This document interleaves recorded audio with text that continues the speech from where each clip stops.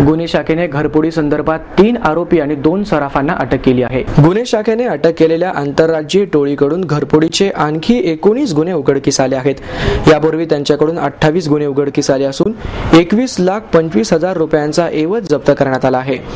जुबेर उर्फ समीर जमीन खान राहणार गुजरात, रुपेश बबन काची राहणार मंगळवारपेठ, मनोज उर्फ मन्या पवार राहणार दांडेकर पूल अशी अटक केलेल्या आरोपींची नावे आहेत। त्यांना अप्सरा टॉकीजच्या जवळून 27 मार्च रोजी पोलिसांनी अटक केली। त्याचबरोबर त्यांच्याकडून घरफोडीतील दागिने विकत घेणाऱ्या गोपाराम हेमताजी प्रजापती कृष्णा ज्वेलर्स व प्रवीण देवीचंद जैन गुमानमल अँड सन्स या 2 सोनारांनाही अटक करण्यात आली। पोलिसांनी त्यांच्याकडे केलेल्या चौकशीमध्ये एकूण घरफोडीचे 48 गुन्हे उघडकीस आले आहेत।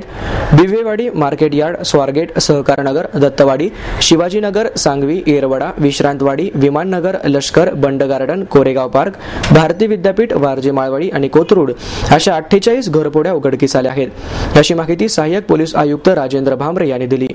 या कारवाईमध्ये सहाय्यक पोलीस आयुक्त निरीक्षक राजन जगदाळे, कारभारी हांडोरे, राजेंद्र सुर्वे, मधुकर पवार, संजय दळवी, केरनाथ कांबळे, हरिभाऊ रणपिसे, संतोष पागार, किरण लांडगे, किरण खोडे, सुधीर घोटकुले, संतोष सावंत, विजय डोलारे, अंकुश पवार, प्रवीण जाधव यांनी सहभाग घेतला।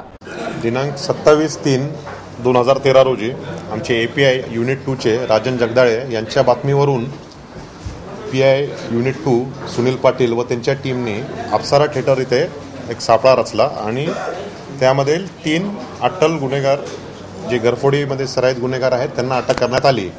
त्यांचे नाव रुपेश बबन काची, जुबेर समीर खान आणि मनोज विजय भावसार या तिघांना अटक करण्यात आले। अधिक चौकशी करता त्यांच्याकडे 47 घरफोड्यांचे गुन्हे हे उघडकीस आले आणि त्यामधील 21,25,000चा मुद्देमाल जप्त करण्यात आलेला आहे। हे तिघांनी एकत्र मिळून बंद घराचे कडे कोंडा तोडून असे घरफोडी केली आणि त्यांनी हा जो माल आहे हा सोनारांकडे विकलेला होता। यामध्ये 2 सोनार सुद्धा अटक करण्यात आलेले आहेत। यापूर्वीचे त्यांचे रेकॉर्ड आहेत आणि यापूर्वी त्यांच्या प्रत्येकावर एक 9-10 गुन्हे असे प्रत्येकावर आहेत। यामध्ये त्यांचं पर्टिक्युलर एक सांगवीला त्यांचं लक्ष जास्त केंद्रित होतं असं दिसतंय, कारण का 11 गुन्हे त्यांनी सांगवीत केले होते। यामध्ये ते बंद घर टार्गेट करायचे, बंद घराचे ते कडेकोंडा तोडून आत शिरून ते तिथले सोनं 2000 हे सर्व जे गुन्हे उघडकीस आहेत ते 2012 आणि 13चे उघडकीस आहेत आणि त्यांचे पूर्वी पण हे गुन्हे 2007 पासून त्यांचं रेकॉर्ड